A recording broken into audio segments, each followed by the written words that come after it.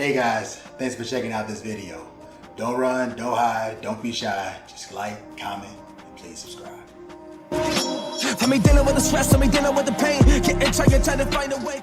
What's up, people? Welcome back to another episode of the TD World. I'm your host, Tony Dawkins, and you know what? I just wanted to thank you and show a little bit of some appreciation because, you know, you could be anywhere. You could be hanging with your girl or lack thereof. You could be beating your meat. You could be making some money. You could be playing the game. You could be watching another video, but you know, you're watching me. You know that means something to me, so I just want to thank you and appreciate you.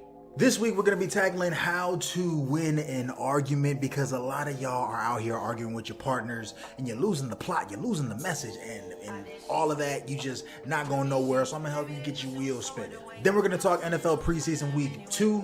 And you already know we are in for some Chicago Bears glaze. And then lastly, I saw some stuff on Twitter, X, whatever the hell you want to call it.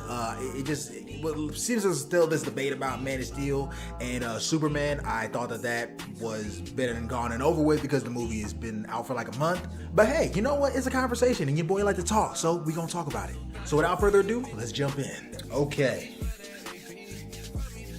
How to win an argument.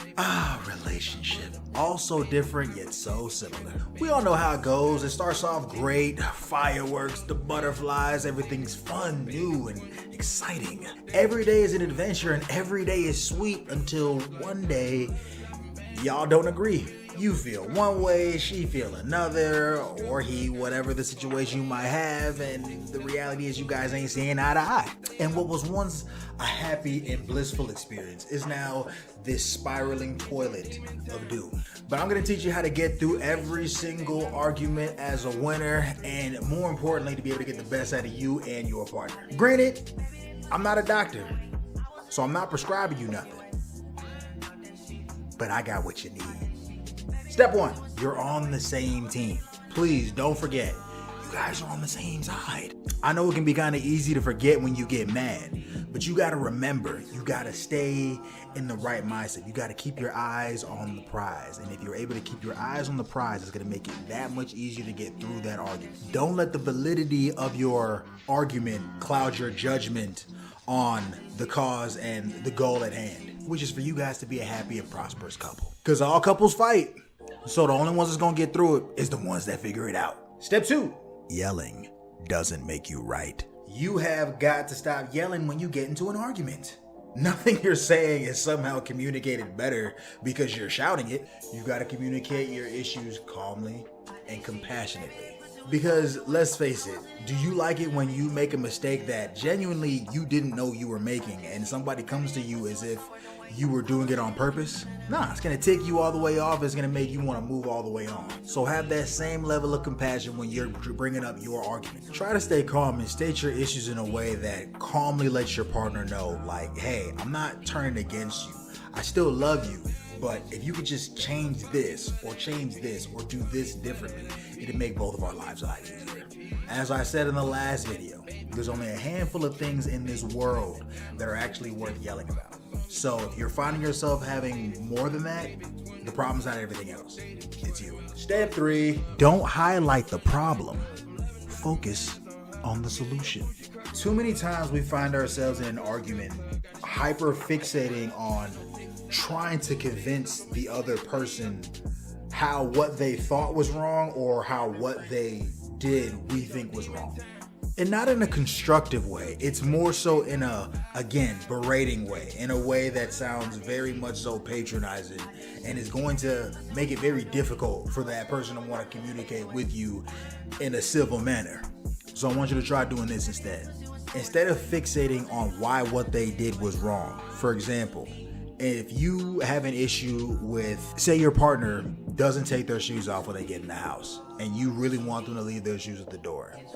Instead of talking about how it is so inconsiderate and how it is, whether that be ignorant, stupid, messy, whatever the case may be, or any number of insults you want to throw in there about leaving the shoes at the door, instead you can just communicate, hey, I know you like to wear your shoes when you come in from outside, but it just leaves too much of a mess when you go around the house. It would help me out a lot if you would just leave your shoes at the door. By saying it that way, we're no longer just fixating on the flaw of the individual. We're now fixating and focusing on the problem at hand and how both of you can, or even if it's just that other person, can make a slight change to just make both of your lives easier. And I guess maybe that's what I meant when I said trying to fixate on the problem. You're not actually fixating on the problem, but you're fixating on the problem with the person. You don't want to fixate with the problem with the person. You want to fixate on the issue at hand, because the enemy is not your partner. The issue or the task or the obstacle at hand is the problem. The problem is an item, it's an event, it's an isolated moment in time. It is not the individual themselves. So by doing this, your partner feels significantly less judged and a lot more supported, and then feel more so encouraged to want to make those changes for you. And that's gonna leave you both happy. Step 4, make sure both parties come to a conclusion. If you really want your relationship or partnership or whatever type of civil union you have to last, you're gonna have to exercise some level of humility. Sure, you could pay them and you could have some sort of monetary trade-off to justify you guys' relationship, but at the end of the day, who wants to just be lived with just because of what it is that they provide? People want to know that you're with them because you love them as a person. And if you want people to love you as a person, that kind of means you shouldn't suck. You guys are two different people that have lived two different walks of life